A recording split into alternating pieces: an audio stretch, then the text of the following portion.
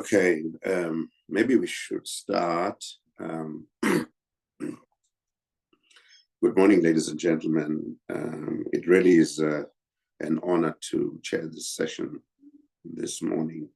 It's one of the great developments that are taking place in our country, where you find various organizations and people taking an initiative to make contributions into the life and the development of the country. As an introduction, my name is Sipho Nkosi, and I'm chairing this meeting today. We have a couple of guest speakers with us, and I will introduce them after Ann has given her introduction. So for the past 8 months, CDE has been collaborating with experts, business leaders, former public servants, lawyers, and others across our society in an initiative called Agenda 2024, which is priorities for South Africa's new government. This project sets out to answer what is by far the most important question facing South Africa, which is, what can our new government do or continue doing to get the country back on track after 15 years of stagnation? So CDE makes the case for a policy agenda that is substantially different from what we have seen from the government. We have focused on 5 areas in which we identify catalytic actions to kickstart fundamental reform. Today, we're focusing on one of those areas, which is the rule of law. We have chosen 2 catalytic actions: how to appoint a strong judiciary. A report will be released early in September, of course, on that one. And then the second one would be today's report, which focuses on strengthening the National Prosecuting Authority. So with that said, I will invite Ann to give us just an introduction to what we are all about today. Thank you. Over to you, Ann. Thank you very much, Mr. Chairman. I'm going to share some slides.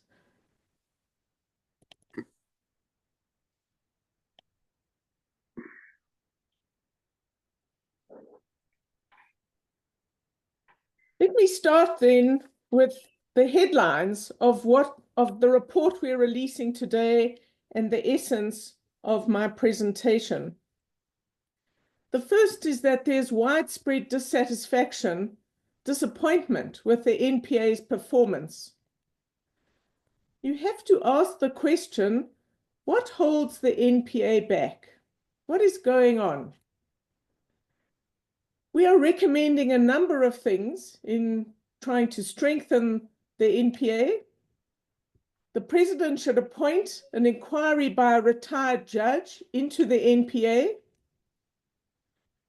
We're advocating special corruption courts to speed things up.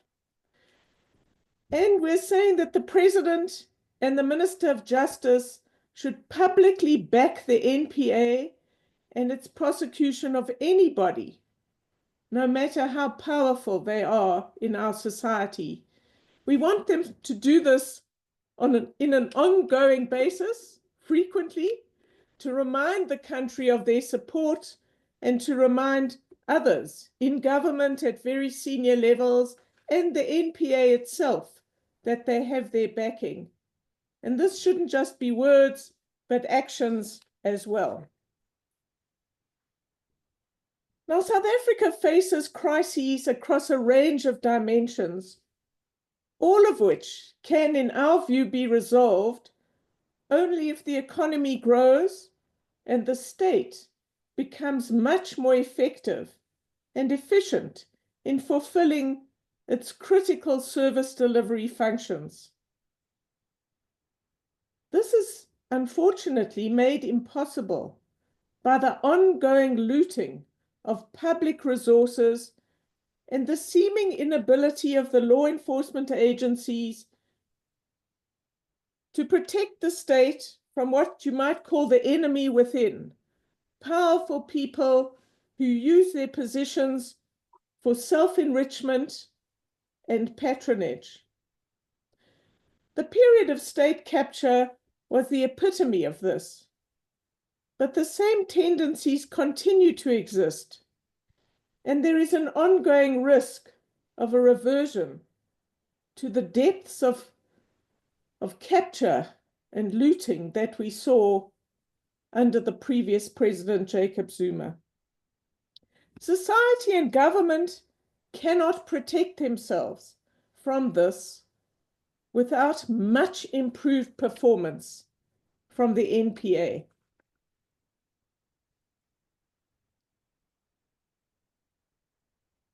Now, our criminal justice system is a critical part of the state.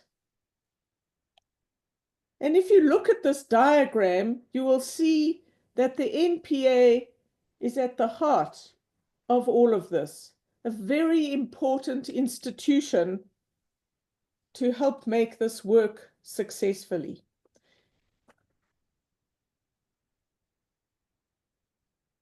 The NPA is an institution which was at the heart of state capture. Established in 1988, the National Director of Public Prosecutions is its head. It used to encompass the Scorpions, the Directorate of Special Operations, which we all colloquially call the Scorpions, an independent, multidisciplinary unit which combined investigation and prosecution capacities and focused on high-level priority crimes. In 2009, the Scorpions were disbanded by Parliament at the instigation of the ruling party.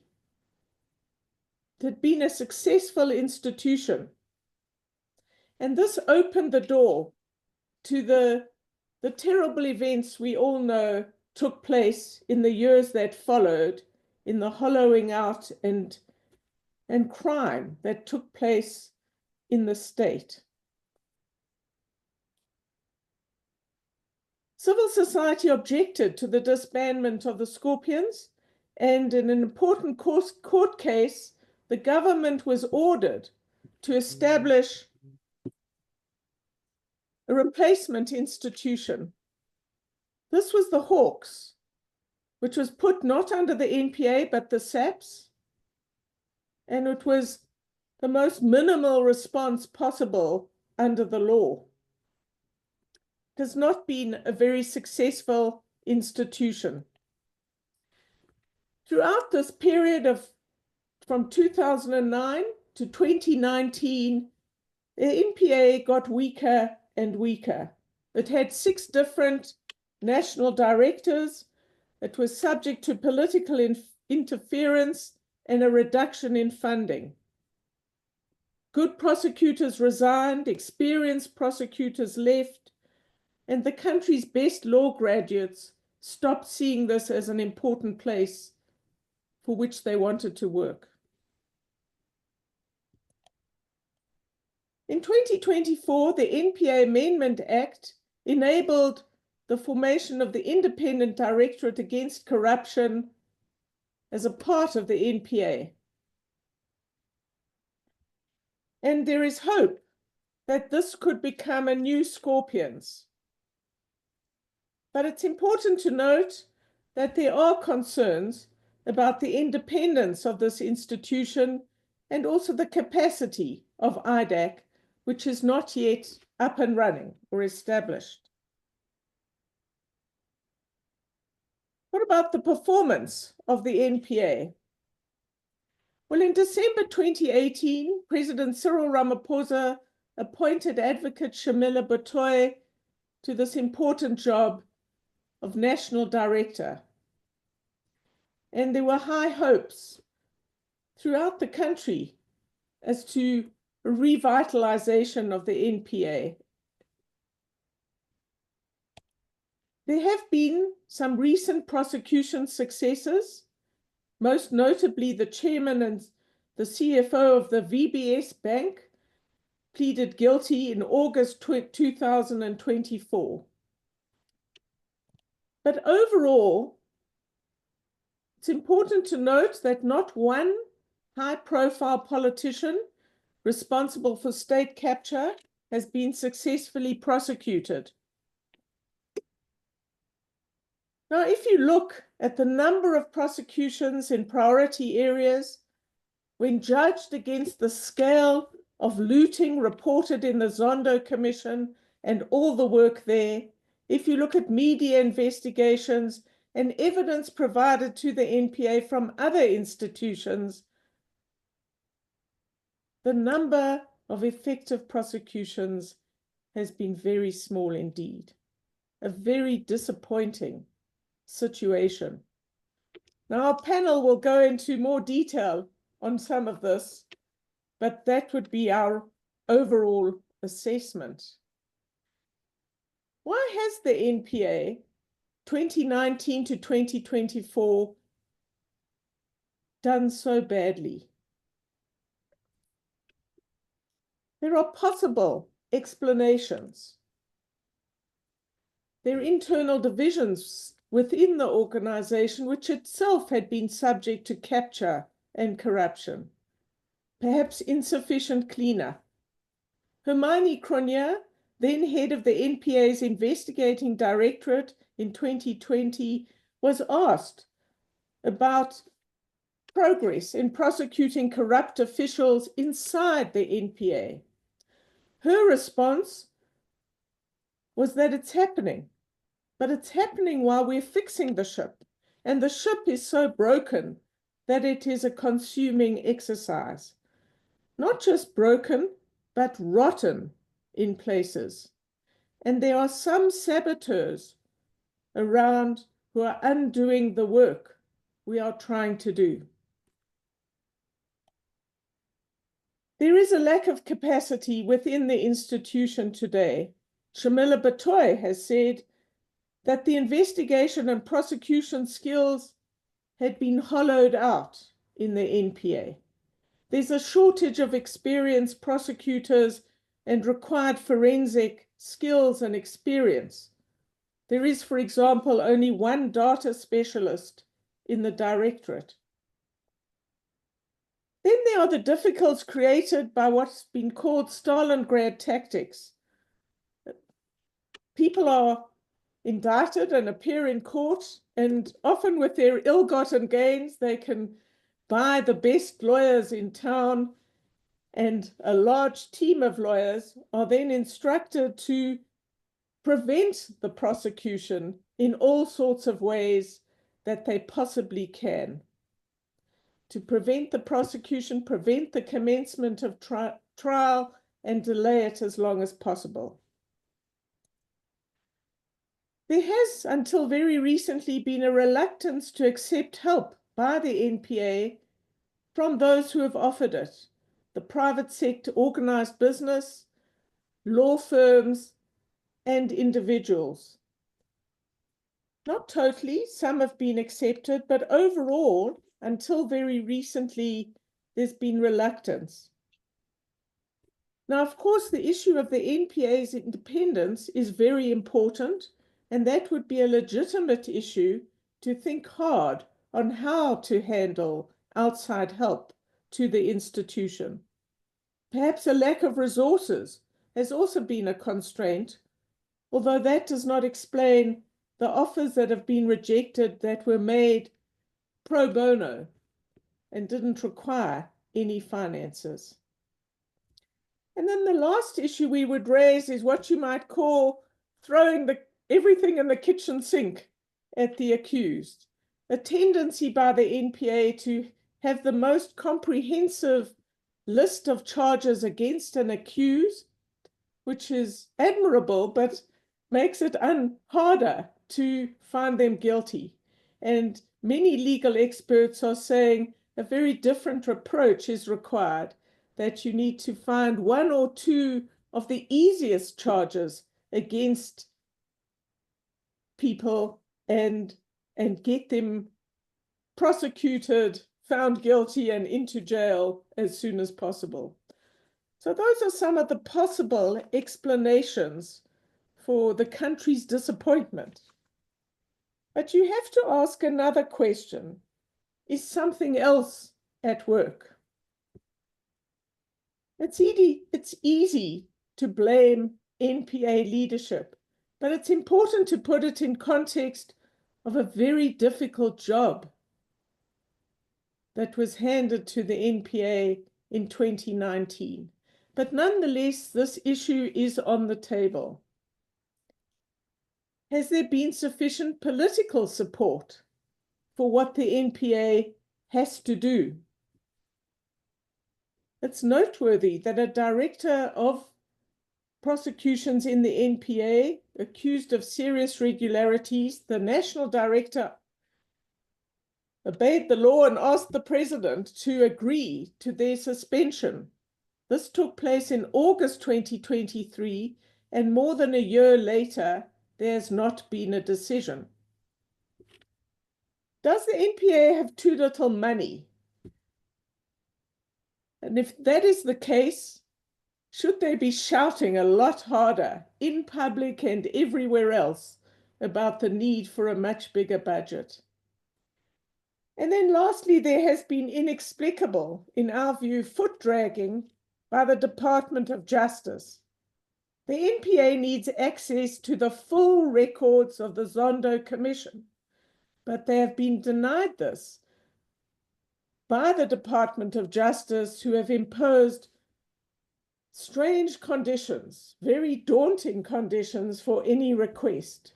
And it seems inexplicable that the NPA should not have the full archive at their use. So we have to ask if there is political will to see powerful people on trial and, if found guilty, in jail. Now, failing NPA undermines the rule of law in the country. And we have to restore accountability in our society if we are to deal with crime and corruption of any kind, whether it's in the private sector or throughout the state. If the NPA doesn't work well, the crooks are not in jail. There is a tendency for people to feel they can get away with crimes, that crime pays. We encourage more looting of the state because people have got away with it. And faith in justice and our democratic society and constitution is undermined. And as we discovered a few months ago, it leads to the official opposition front bench in Parliament that looks like this.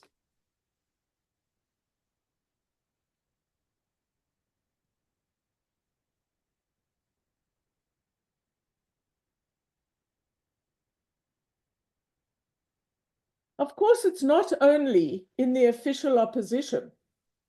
Sadly, we have people under suspicion in other important parties as well. Let me turn then to the recommendations we are making to change this situation.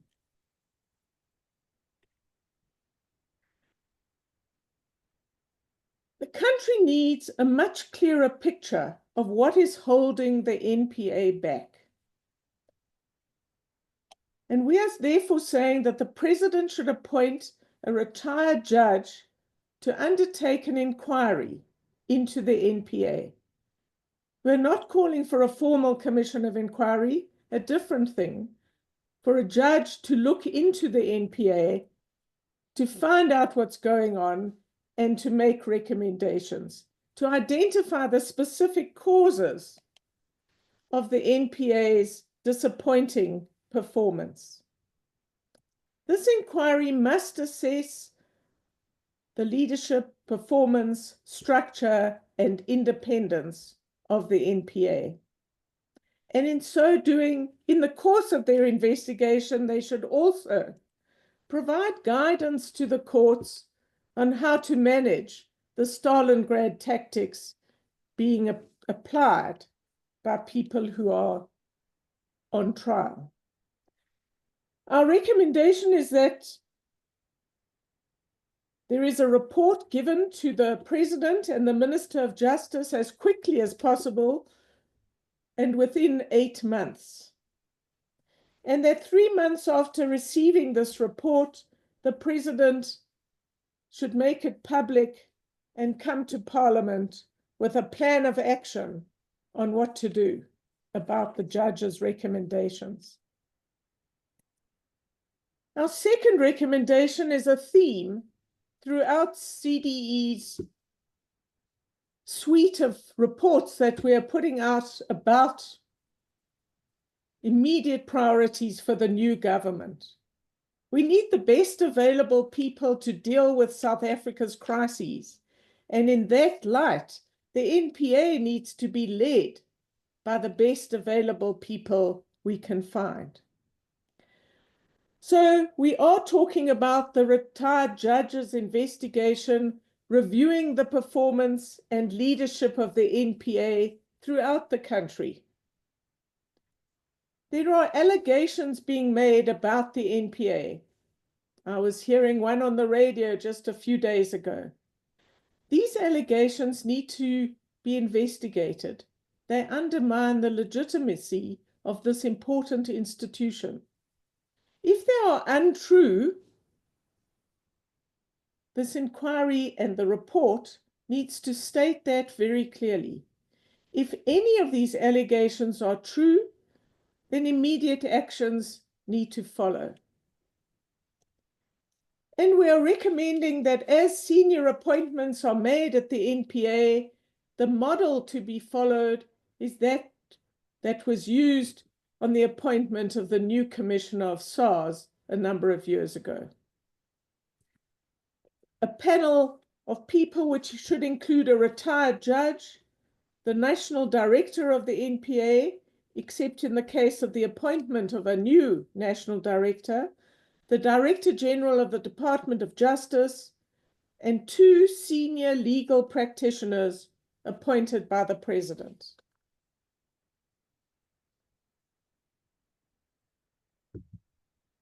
Our next recommendation concerns offers of assistance to the NPA. We know that such endeavors are being pursued by the NPA, which the CDE fully supports.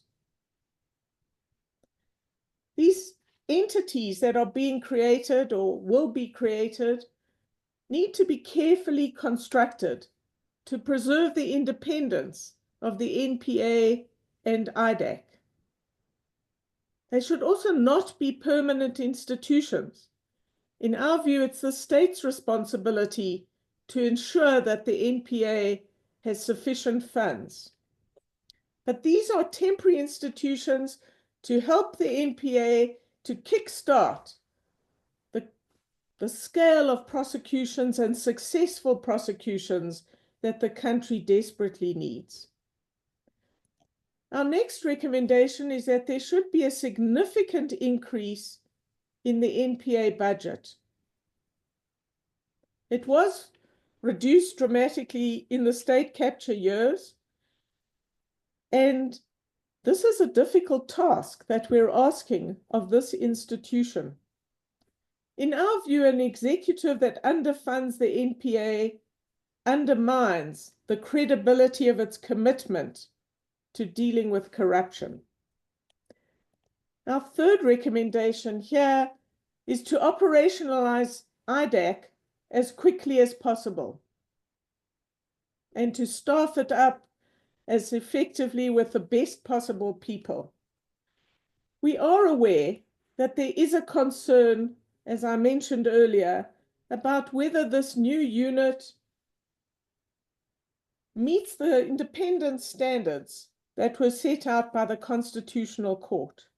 So our immediate recommendations about strengthening IDAC's capacity should not be seen as an alternative to a careful review by the Minister of Justice and Parliament of its status as a potential Chapter 9 institution.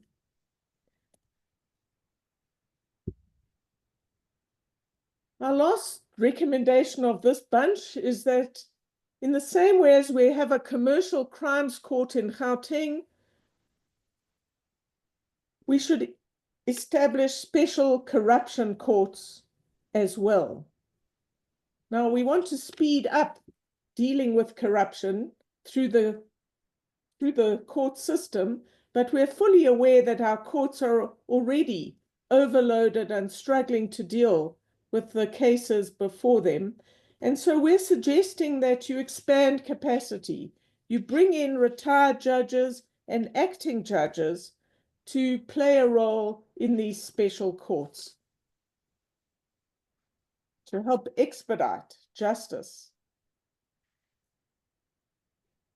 Our next recommendations are a set of actions. In our view, the President should make a decision about the August 2023 request from the NPA's National Director to suspend a regional director now. It's hard to see the reason for delay. The Minister of Justice should, without any further delay, release the full Zondo archive and all its appendices and investigations to the NPA. The NPA itself should, in our view, prioritize prosecutions arising from the state capture report and publish a timeline of intended prosecutions before the end of this year. Our final recommendation is this.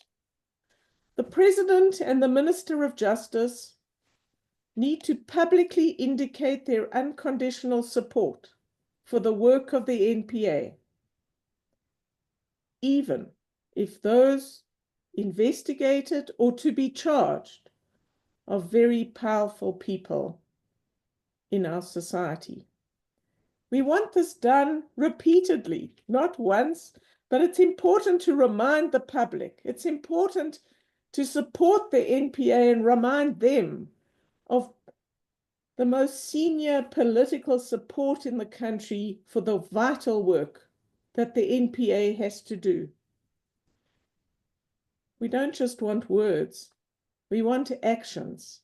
The actions we've recommended to support the work of the NPA and to answer the question of why it is not performing in the way that the country needs. Thank you very much. My last point to conclude is that there's a lot of discussion by the President, by business, by many people, that we have to fix the state. And we at CDE agree wholeheartedly. The country needs a capable state. But this conversation must include a more effective NPA as a critical component if we are to fix the state to play the role we need in South Africa today. Thank you very much.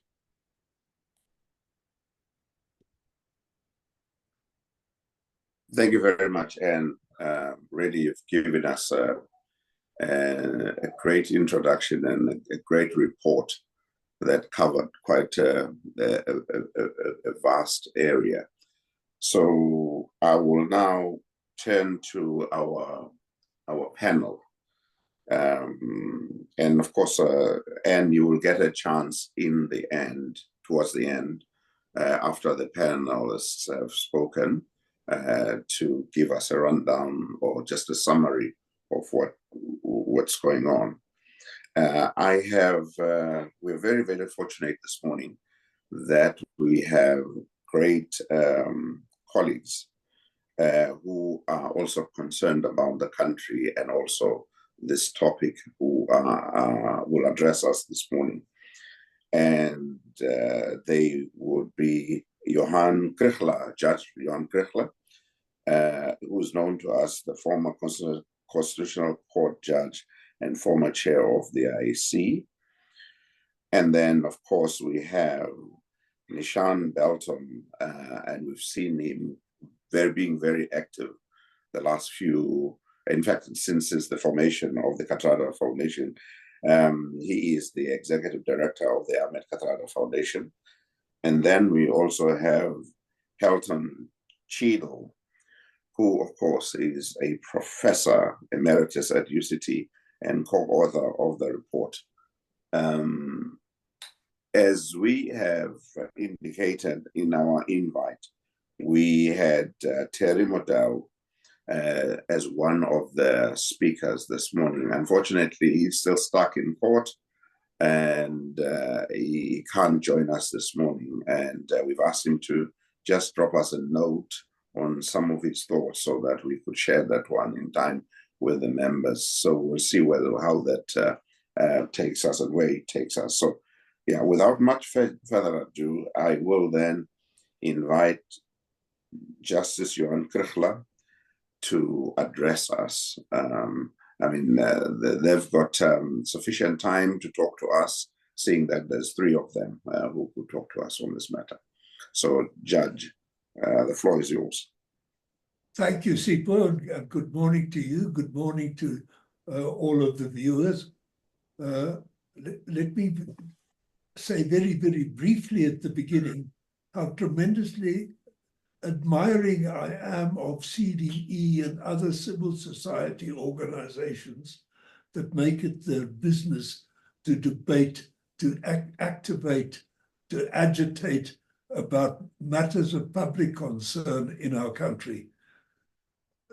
I've worked in many other jurisdictions in my electoral capacity, and I can assure you that South Africa is unique in the richness of its civil society activation by bodies such as CDE. This particular research report is as thorough as you could possibly hope, and it ill befits government not to take it very seriously. Anne has covered the field very, very fully, and I think I would best serve this morning's debate by adumbrating, adding a little depth here and a little color there to what Anne has said. I intend doing so basically by trying to identify the animal that we are talking about. What is the NPA? Why is it? Where does it come from? How does it function? And what seems to be wrong with it? And what can be done to remedy what we see? And then it's a massive task. It's an enormous subject, and I will skip very briefly. First of all, I must emphasize that the prosecution service is vital to the administration of justice. It is not only the link between the investigative branch and the court, the adjudicative branch, as we saw in the diagram. It links, of course, the investigators of crime and the adjudicators and punishers of crime by bringing the two together. But the prosecution service is, they're officers of the court. They fulfill a vital adjudicative function before the case gets to court.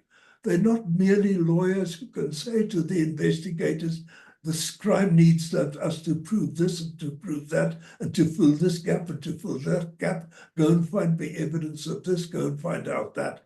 They are adjudicators of the context.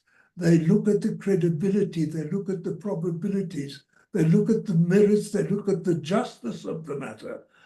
A prosecutor, each and every prosecutor, is an officer of the court with adjudicative powers in her or himself. They have to evaluate what they do and how they do it. True enough, there is a hierarchy of discipline and accountability, but essentially each prosecutor fulfills in respect of that prosecutor's court a vital function of deciding what is put before the court, what is being argued before the court, and what is asked of the court. That calls for a great deal of wisdom, largely experience, and above all, ethics. These are vital posts, and to fill them properly throughout the country, from the smallest magistrate's court to representing the state in an appeal in the Constitutional Court, requires careful selection, training, motivation, and coordination of staff. It is not merely a government department performing a productive function. It is a professional body with professionals doing vital professional judgment work. Because of this, it is extremely sensitive, of course, to influence from outside, to influence from within. You're not dealing merely with A plus B equals C, or whether you put this chemical and that chemical together in a test tube, the result will be the following. It's an evaluative process, and therefore a very responsible and therefore a very vulnerable occupation. Historically, the prosecution service started in 1998, not 88, incidentally, that's a misprint in the report. In 1998, when the diaspora of various prosecution services that had been spawned by apartheid were brought together under one national body. Even under the old South African body, it wasn't only the spread of the Bantustans that separated and scattered the talents.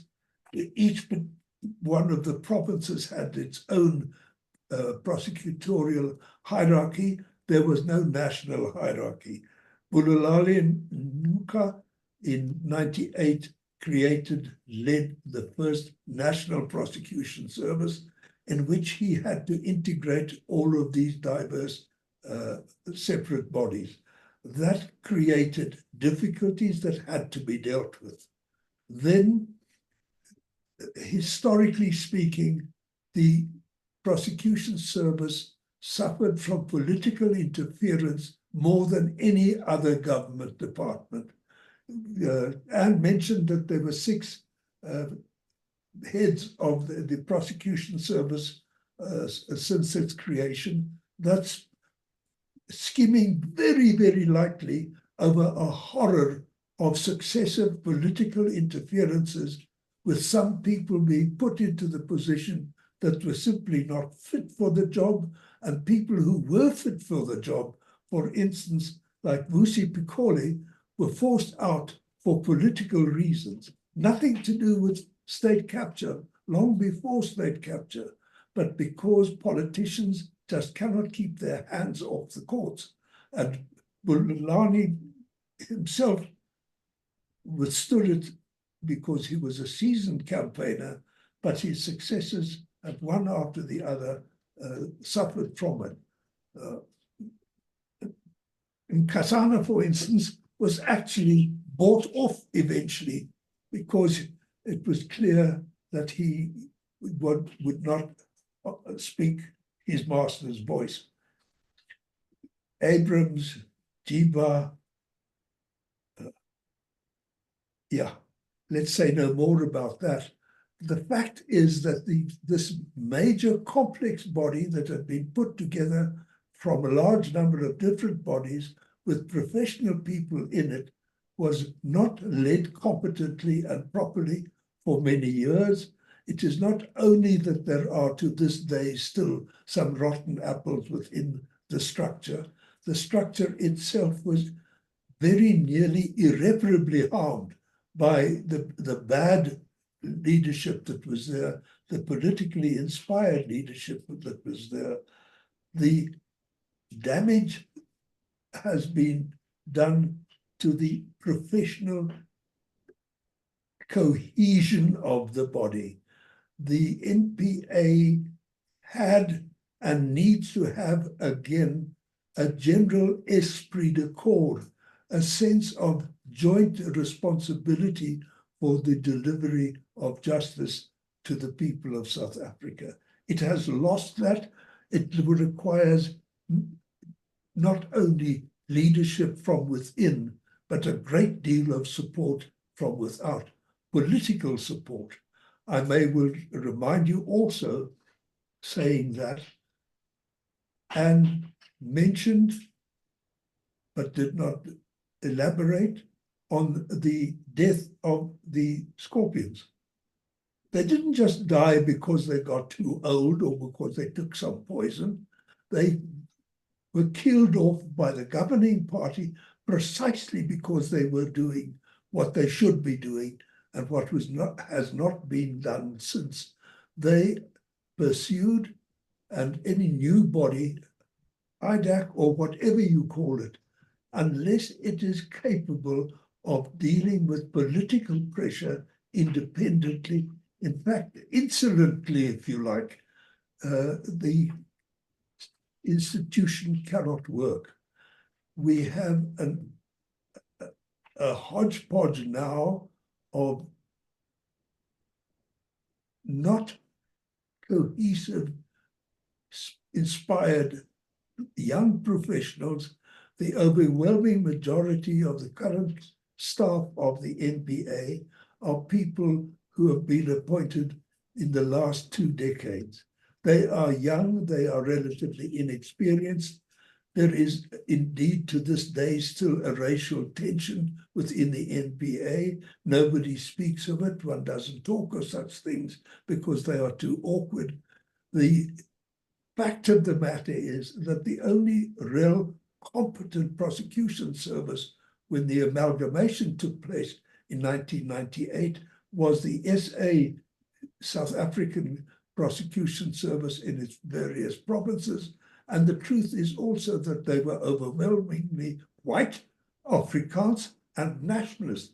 The prosecution service served the apartheid state.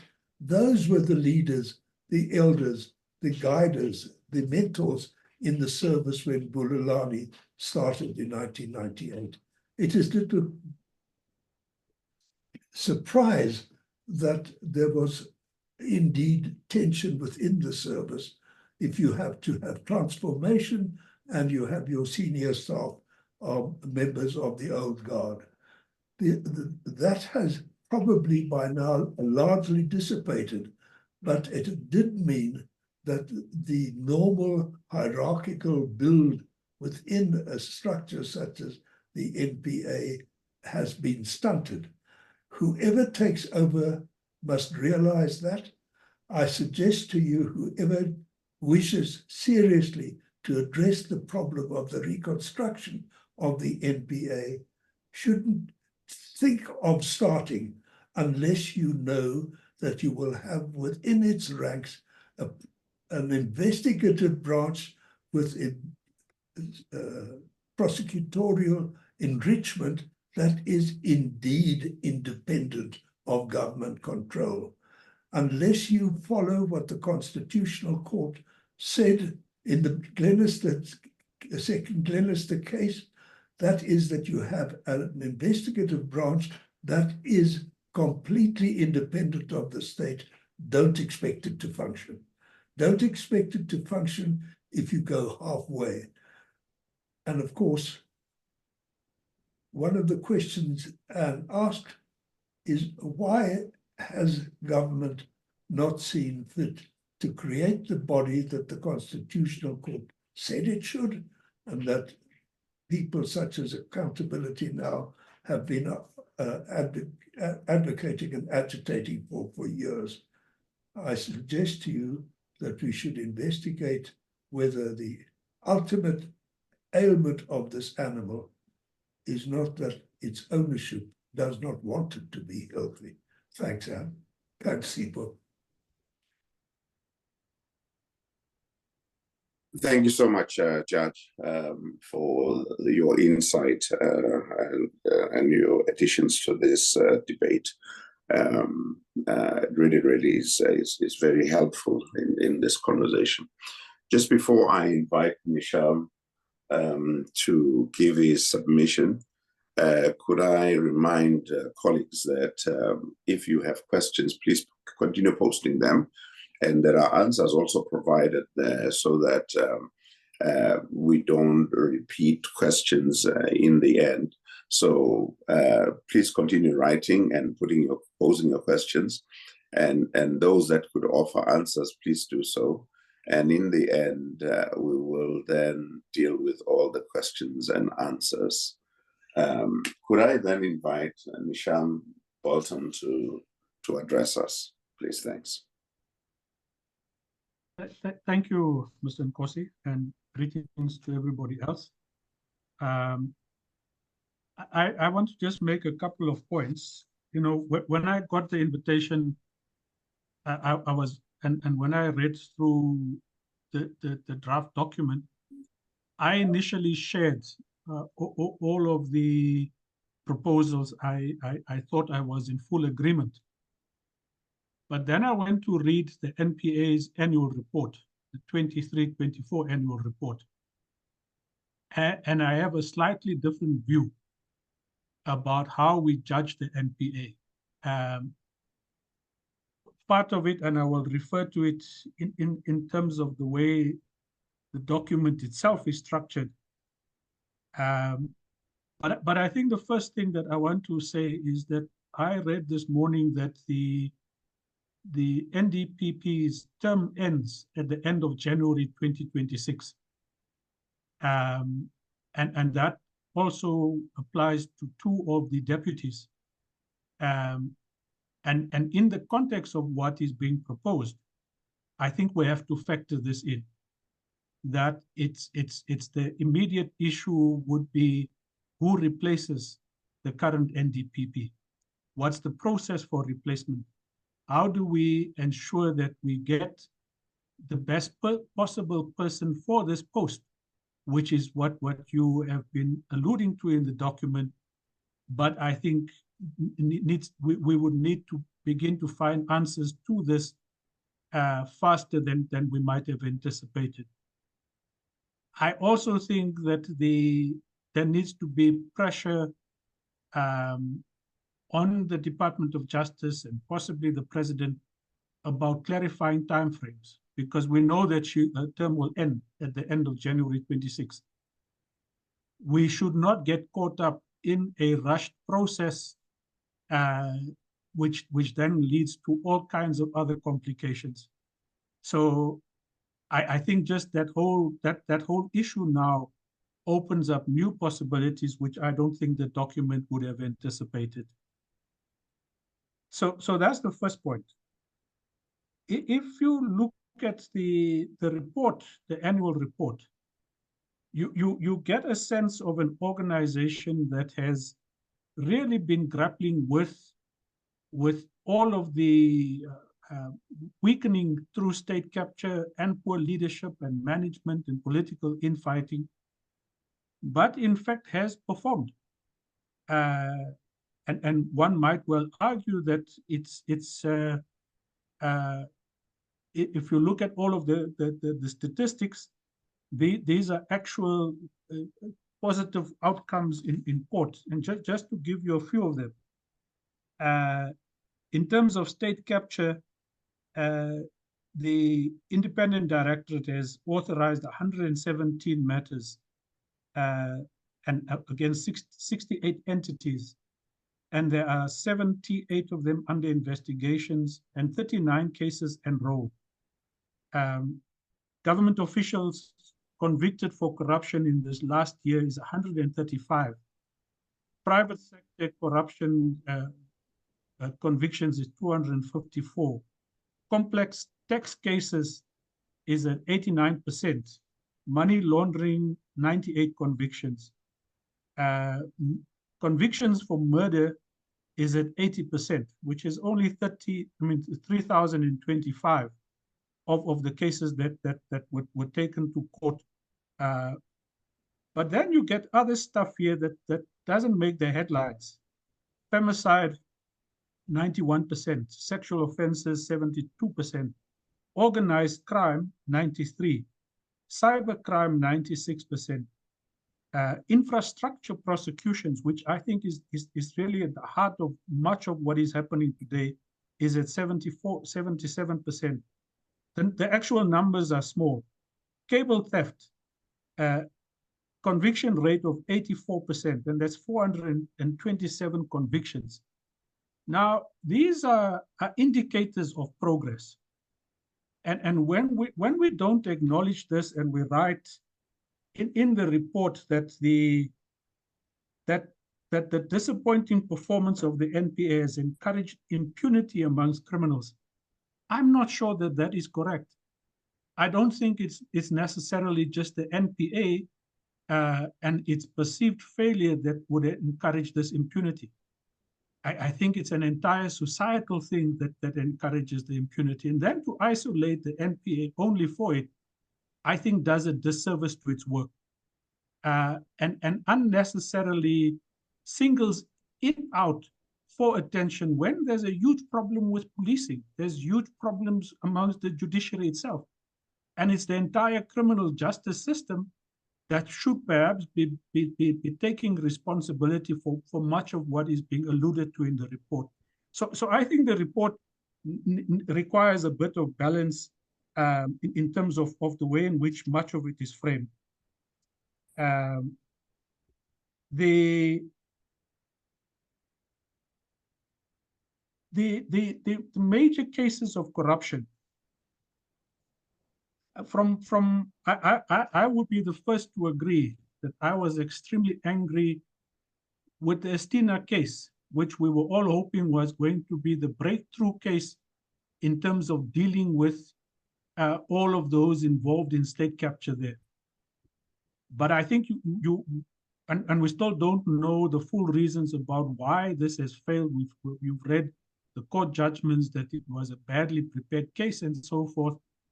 But I also get the sense that there was incredible pressure on the NPA to take one high-profile case and take it to court against, as ill-prepared as it might have been. And the consequences for doing that is the result that we've seen. The case gets thrown out. So I don't want to be seen to be justifying, I think, weaknesses that we all are aware of in the NPA. What I'm really calling for is for some degree of balance. I think the specific recommendations that are being made, whilst the report calls for a judicial inquiry, it then also says that it's not a formal commission, but almost wants a formalized process in very clear timeframes and so forth. In the light of a change of leadership that's coming, which do you prioritize? Is a commission the priority, or is the appointment process the priority? I'm uncertain about this. I'm also uncertain whether this will in fact be taken seriously at all by anybody in the light of the changing political climate in this country. There's no guarantee that a judge will do the work that we would like him or her to do. You've seen with the Zondo Commission, it was supposed to have been 6 months. It dragged on for an incredibly long time. So once you start this, it's unlikely, and particularly as the report says, it must look at the NPA across all of its provinces and so forth. 8 months is perhaps unrealistic to do the kinds of work which is here. But I do think a review of the NPA, its performance, is something that has to be done. Whether it's by a judicial commission, I'm not too sure about that. Linked to this, the Stalingrad tactics, I don't think we must leave to a judicial commission to deal with. I think that there must be a team of legal people in this country who can address this outside of a judicial commission and begin to think about how this must be responded to, develop the proposals and table those as very specific recommendations outside of a judicial commission process. Because I think that goes to the heart of this. With all of the issues, I think it is admirable that the NPA has not backed down on the cases that it has against the former President Zuma. It has backed Billy Downer, especially at this point in time. It has not backed down. It has got Mapisa and Kakula before the courts. It has high-profile cases there. Whether they're selective or not, I don't know. But there are high-profile cases, and to ignore that fact, I think, again, does disservice to its work. I don't want to take too much more time, but the last few issues is the fact that you do have a conflict of interest now with the current Minister of Justice. And we certainly want that Minister of Justice to do a whole range of things, whereas I think there's a huge conflict that sits on the table. I don't think that she's capable of doing what, in fact, we would want out of this report and recommendations. And that issue is something that civil society needs to address as a matter of urgency. The ISS and others have really have put forward other alternatives, which is really that the NDPP needs to be fully in charge of the budget and of human resources. At the moment, Sharmila Batoy is not. It's the Minister of Justice who deals with all of that. The reporting lines, there's a proposal that the NPA should report directly to Parliament, as it is in other parts of the world, and therefore has that kind of independence. This report seems not to be talking about that. I think lastly, the issue of funding is important. But I argue with a whole range of people who make these kinds of statements that A, B, and C needs to be funded. I think we also have a responsibility to then begin to say, who should be defunded to fund what we think is a priority? Because then there is a real debate about what should the priorities of this country be as reflected through its budget allocations. So I want to just stop there for now. There's a lot more that I wanted to say, but maybe in the questions we can deal with it. Thank you very much.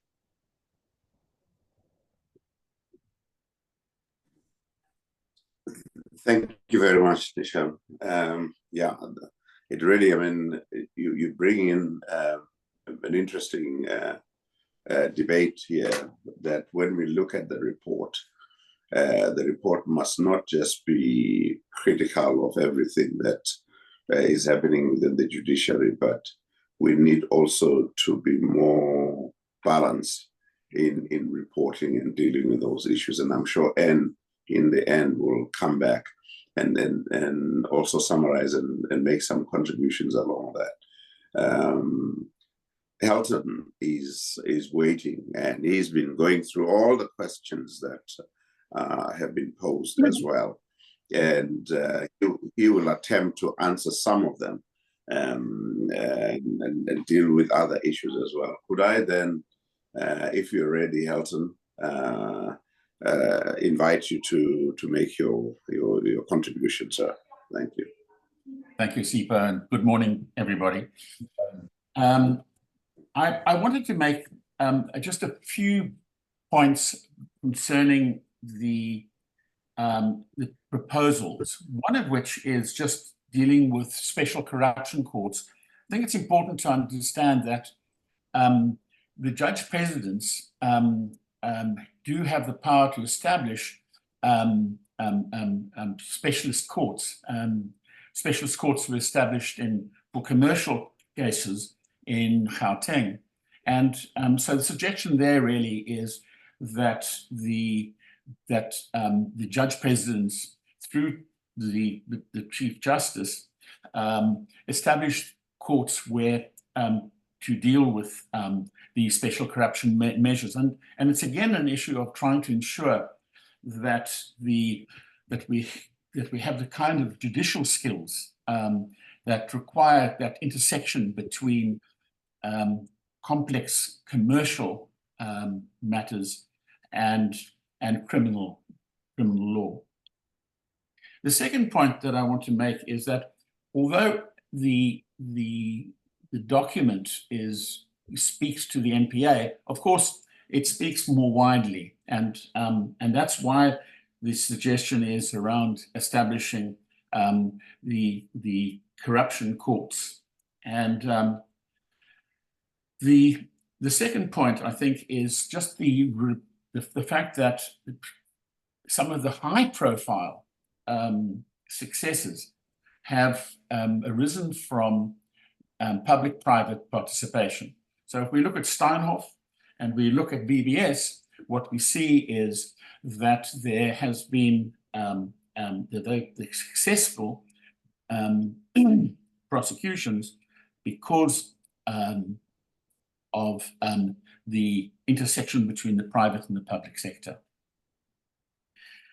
I think also that I would also like to talk to the initiatives that Business Against Corruption and B4SA have engaged in setting up entities to fund both forensic and legal assistance to the NPA. And it's really the proposals that are made here around the relationship between those entities and the NPA are utterly crucial to ensure both the independence of the NPA and the legitimacy of those particular interventions.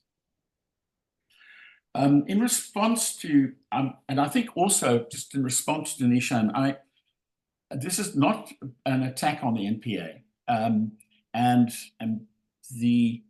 it's just recognizing the enormous difficulties that the NPA has had to face, both because of political interference, which Judge Krichler has adverted to, but also if you think of the kind of the difficulties that the prosecution teams had during COVID.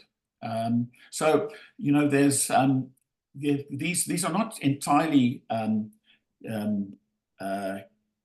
internal problems. There are systemic issues, and I think the whole intention here was to try and address the systemic issues, but not ones that would require legislative change. These are meant to be short to medium term interventions to assist the NPA. I suppose what is the other point I wanted to make? I think I best leave it there. Insofar as the suggestion, Omniscient's suggestion around budget and human resources being placed in the hands of the NPA, and the question of NPA reporting directly to Parliament, I suppose the issue there would require legislative change, because the Director General of Justice is responsible, not the Minister. And I think what guided our thinking here was change things that could be done without the lengthy process of legislation. But I do think that those proposals are particularly good ones and maybe should be included as medium-term proposals in this report. Thank you, Sipho.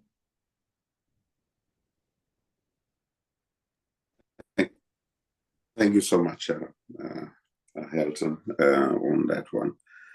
We've got plenty time to deal with questions and and also some answers that we could provide. But the first one that I just wanted to pose to the panel is maybe if you could just give us some insights on that. I mean, there's been suggestions that the NPA probably ought to become a Chapter 9 institution. What are your views on that? What do you think of that? Do you think that is it something that really should be considered? The second question is with regards to the size. I mean, the country right now is going through great difficulty, and there's call for more money and more resources.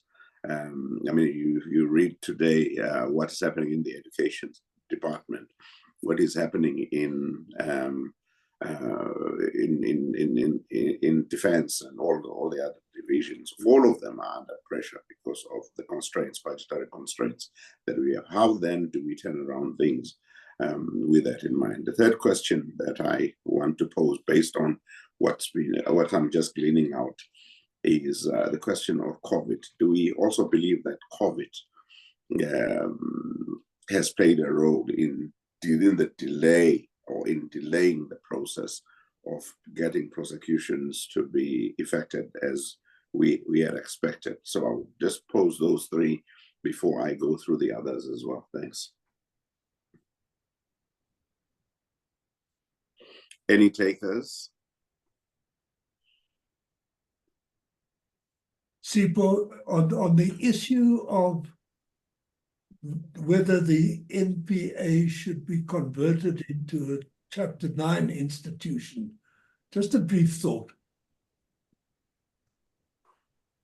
Of course, it's ideal. Of course, it's desirable to have complete independence, manifest independence, and this is shown by putting the National Prosecuting Authority into that protective area which our Constitution created.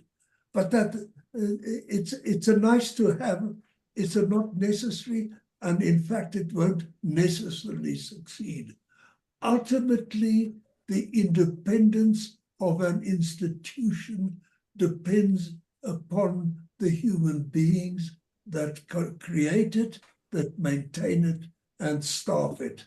The Judicial Service Commission is the best possible example you could have. It should be independent, it can be independent, it has a vitally independent function, and yet over the years it has proved to be subject to every political wind and to be dysfunctional in its ultimate vital purpose of appointing and firing judges. Constitutional enshrinement, good idea, not good enough if the people don't make it work.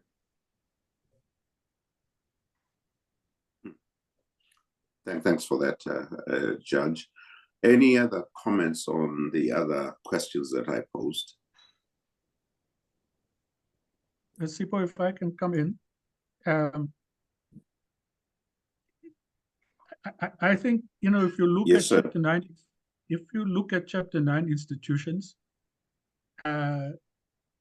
perhaps it's SARS, it might be the Public Protector, the IEC, that have been exemplary in their work. There are others, however, you've seen with the previous Public Protector, how an institution with the incorrect head there can actually take it off track. So that might be an answer, but again, it is the quality of people that get to be at the head of these institutions that will push it in a particular direction.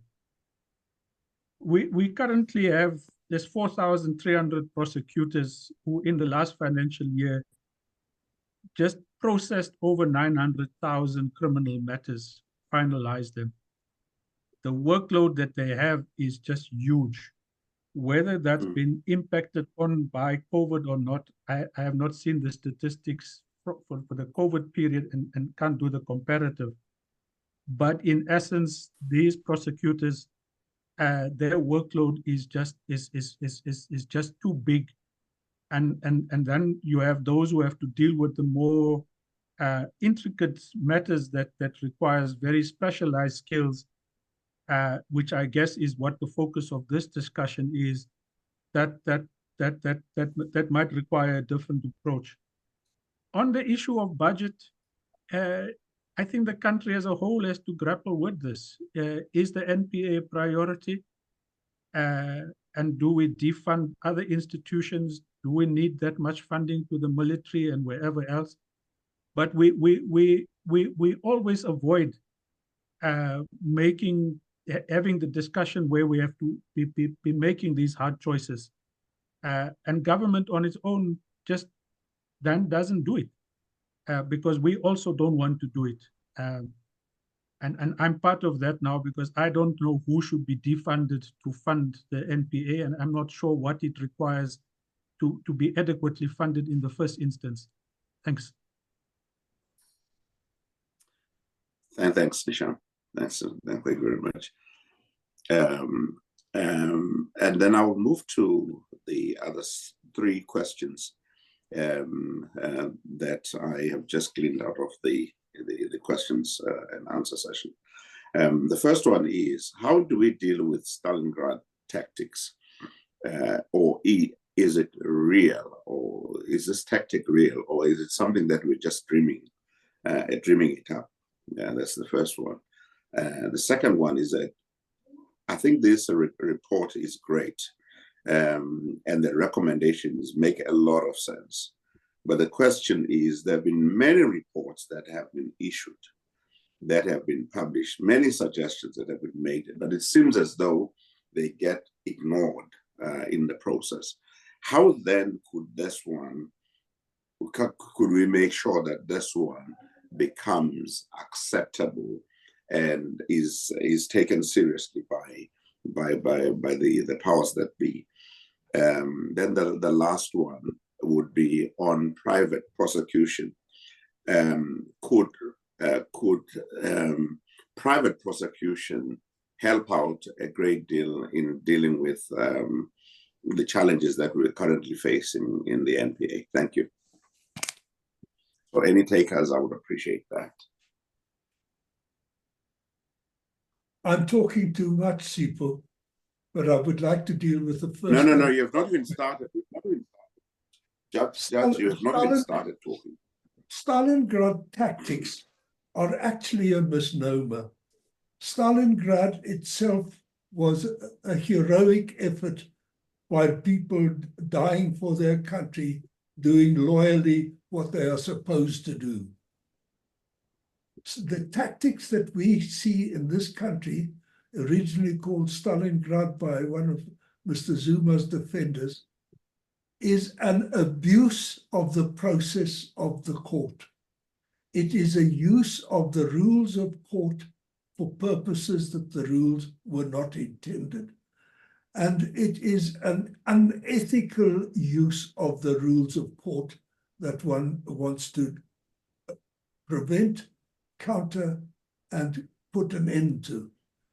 It is essentially a job for the judiciary, each individual judge, to make plain that the rules are there to be used, not to be abused.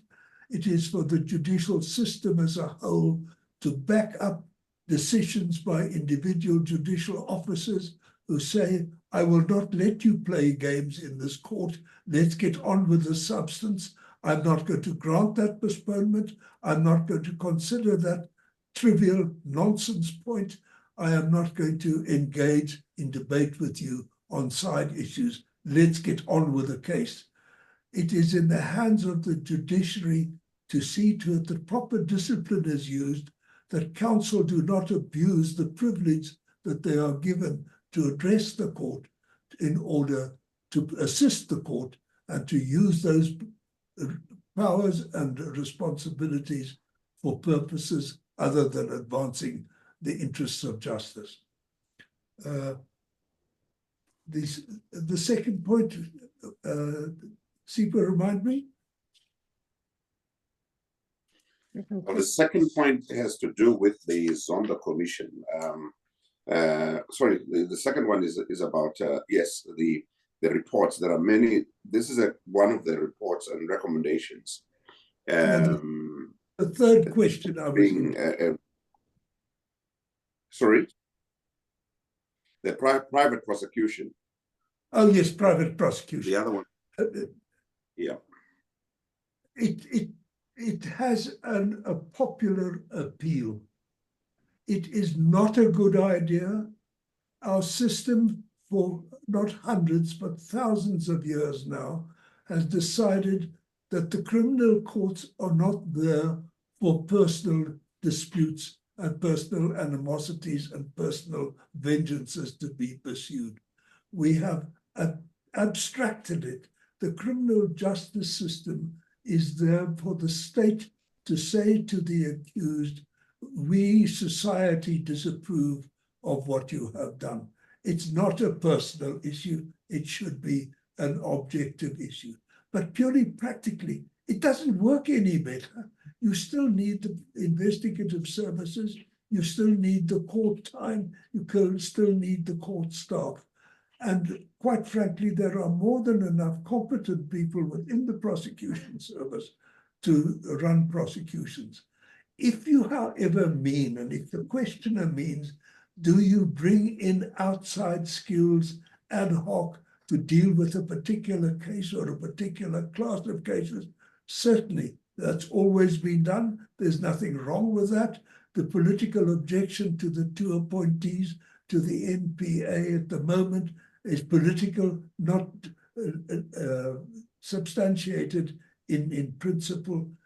By all means, bring in people from the outside if and when necessary, but let it still be a prosecution service run objectively by the NPA with its ethical and its hierarchical structure. Thanks, Judge. Any take us on the other questions as well? The other ones where we just go through them. Could I just, I'd just like to add on to what Judge Crichler said, and just to also agree with Nishan that the focus here is not purely on the NPA, because what we are explaining, what the difficulties that the NPA experiences, and that is one of the difficulties one experiences, is the fact that judges allow the abuse of court processes.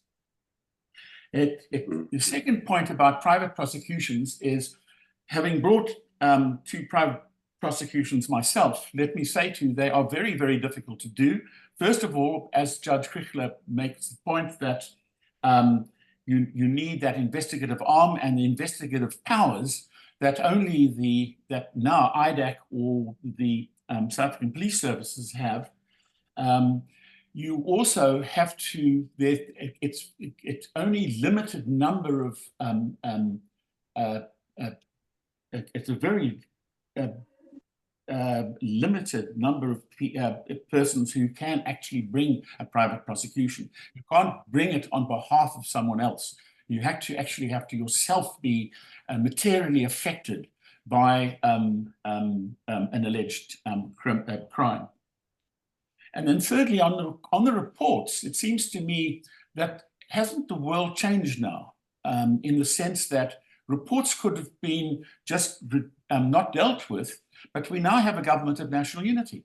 And I think that in Parliament, these types of, these reports will be taken up in a different way. And I have real hope, and that some of the recommendations or proposals here are taken up by the executive and be subjected to criticism and review by Parliament. Thanks for that. There are to the panelists. I mean, if there are questions that are there in the Q&A section, if there are those which you feel you should answer right now, please do so. Otherwise, we could try and provide the answers at a later time, bearing in mind that we're getting closer to the end of the debate. Just another one, I note that we have spoken about the fact that this is not about the NPA and NPA only. But the question then is being asked, the perception of corruption in our legal system, is it real, or is it something that it's just a perception in real terms? And then the second question following that one would be, the public out there, when you talk to people and when you see what they write about, there seems to be lack of confidence in our judiciary. How do we bring it back? How do we bring it back? And then, of course, and in the end, we'll talk about the report itself and how do we make this one different to the others. So the last one would be on the Zondo Commission itself, is that someone asked the question, why is it really, what's stopping the full release of the report and all the supporting documentation? Thank you. Any takers?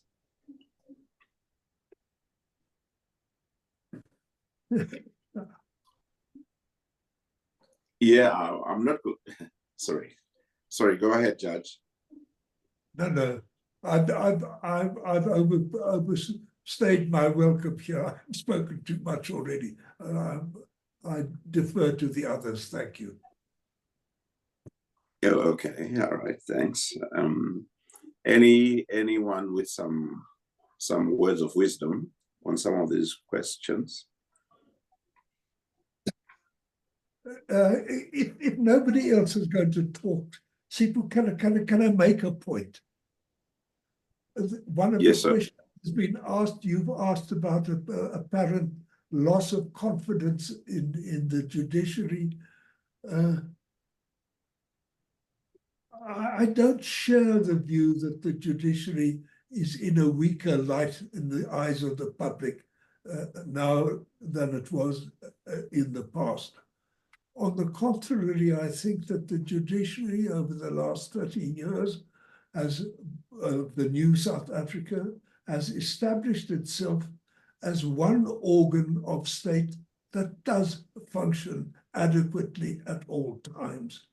It's not perfect. Judges are not gods, they are human beings.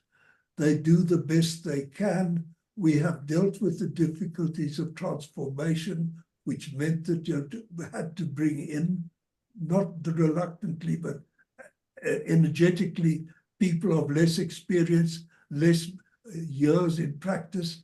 It has its difficulties. It has its tremendous advantages.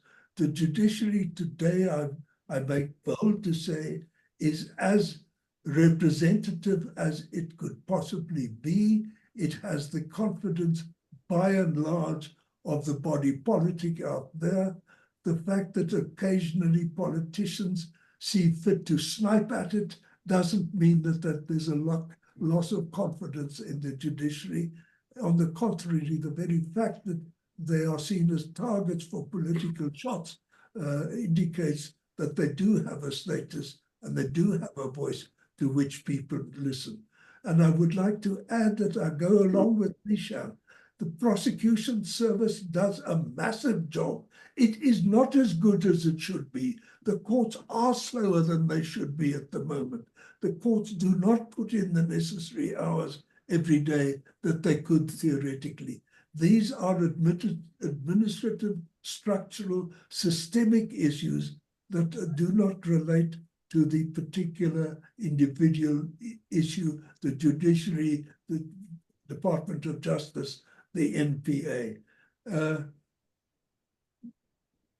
But ultimately, if you look around us, if you look even at the so-called old jurisdictions in the North and in the West, and in the United States and in Europe, our courts are something to be grateful for.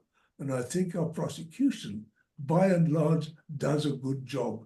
It is not doing what it can do in the political cases largely not because of its deficiencies, but because of the political protection that so many people enjoy.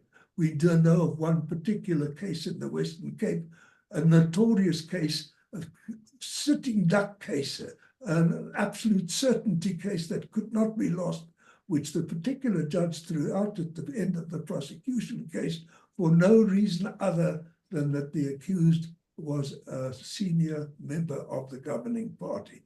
It's not the NPA's fault all the time. It works in an imperfect system and works as well as one can expect. Thanks, Judge. Thanks, Judge, for that. Could I have now, before I move to Ann, to invite Ann to give us a summary, to ask Helton as well as Nishal, just to give us their closing remarks as well before I move to Ann. Thank you.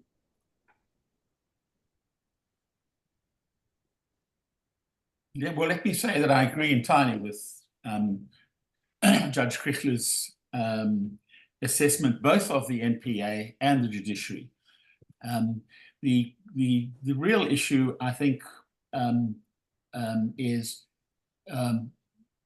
underlying these proposals is really to assist the NPA to prosecute, I think, the really big political cases that have not been addressed despite extensive investigations and reports.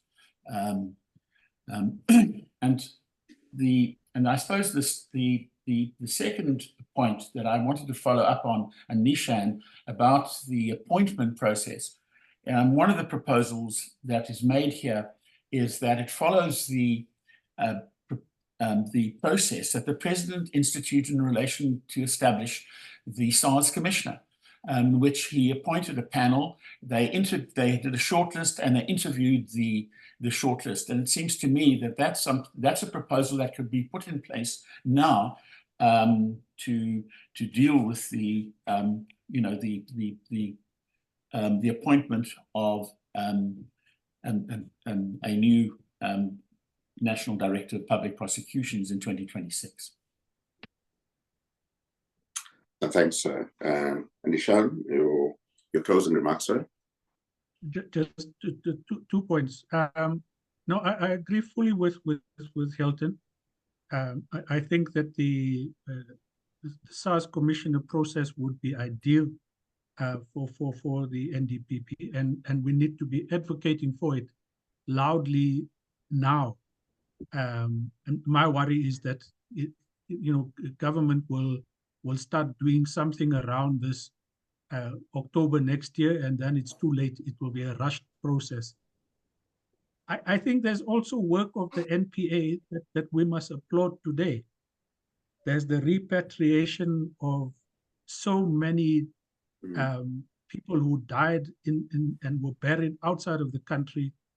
And that's the NPA's work. They are bringing them back home today. And very few would acknowledge this as work of the NPA, because I somehow think that the part of the communications is their biggest weakness, for people to understand the full extent of their work and to also understand the full extent of their challenges, which I hope will be addressed by whoever fulfills that post in future. Thank you. Thank you very much for that. And thanks, panel, for your contribution in this debate. And could we have your closing remarks as well before we bring this session to a close? Thanks. Thank you very much, Mr. Chairman, and thank you for an interesting panel discussion. I want to make a few contextual and other points. The first is to say that what motivates CDE in this series of reports that we're doing, and the one we're releasing today, is that we are now living in a country in deep crisis, and there should be no misunderstanding about that. The economy is flat, unemployment is probably the highest in the world, manufacturing's down, and we have more than half the population living in poverty. So that is the context for CDE's thinking and its selection of priorities. We're certainly not attacking the NPA. We see this as a vital institution in South Africa, and we are trying to understand why some of the major political crimes, as Helton has just said, are not being dealt with. Is there incapacity or a resistance to dealing with the big political game? So let me just leave it at that. So that's one of the questions, and we want a strengthened NPA. That should be without doubt. So our view is that there are a lot of allegations, there are lots of worries about the NPA, some unanswered questions, and that is why we're calling for a review by a retired judge to be undertaken as quickly as possible. And we can think of no better way to investigate if there are problems in the NPA, or what is it that is holding them back. So that's our motivation here in terms of the NPA. And if you're looking for, if you like, sort of blame to throw around as to why South Africa sits today with an opposition front bench that looks the way it does, and with so many people who stole billions and billions and billions of rand from the public purse, who are not yet being charged with anything, that's because of, why is that? That is the question that we want answers to, and the country deserves answers to, especially as Nishan has pointed out, we might be entering a phase of transition in the leadership of the NPA, and how you think about that, the process and the kind of person that's required, and the leadership of the NPA has to be in that context. Nishan raised some issues about statistics, and all I'll say about that is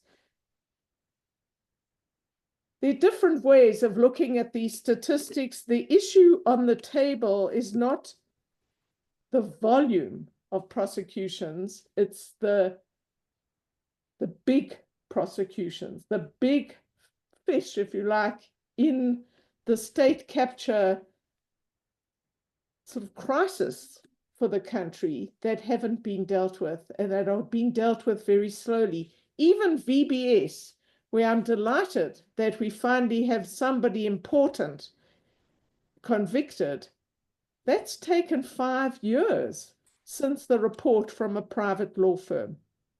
And there are many other examples of that. So it's speed that is important. The third issue is money, and CDE's been, we're saying we need more money for the NPA because its job is so important. Let me make 2 points there. The one is, if you read our third document in this series on fixing the country's fiscal crisis, you will see we think very seriously about the issue of the budget and how we spend the public's money. And we're not calling lightly for an increase in funding, nor without an understanding that it has to come from somewhere. But fixing the NPA, strengthening the NPA, isn't just any old demand.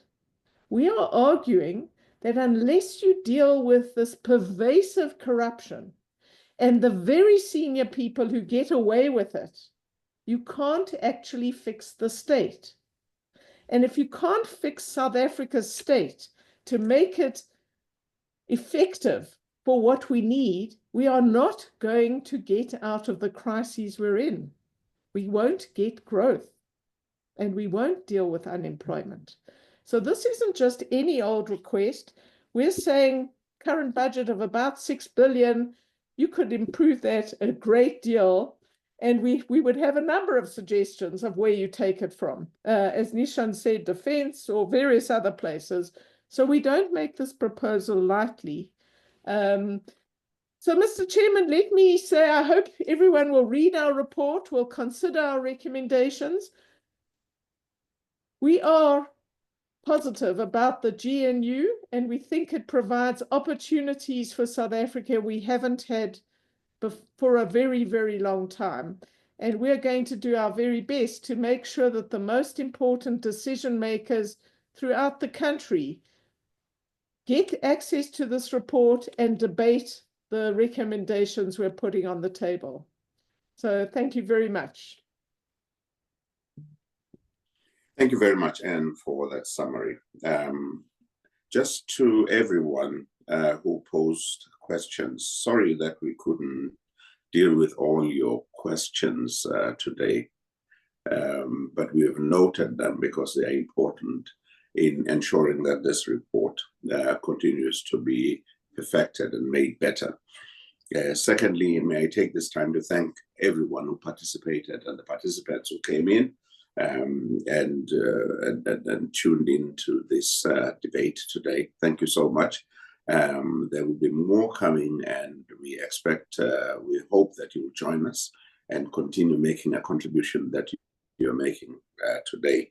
And to the panelists, what can we say? Truly, truly grateful for the work you've done and the contribution you continue making in this country and in the life of our legal system and in fact society at large. To CDE, thank you so much, Ann, and for exposing yourself and coming up and be a soldier and be bold in dealing with this issue. I think that's very, very important. So to you, I would just say we expect some more. This is just the beginning. We want more. We want more from you. So thank you very much for that. And to the organizers as well, thank you very much for arranging this debate. And as I said, we continue having these debates going forward. So to everyone, let me take this opportunity to thank all of you and just to say we now have to adjourn the meeting. So the meeting is adjourned. Thanks. Have a good day and blessings. Thanks. Thank you. Greetings, everybody. Thank you, Mr. Chairman.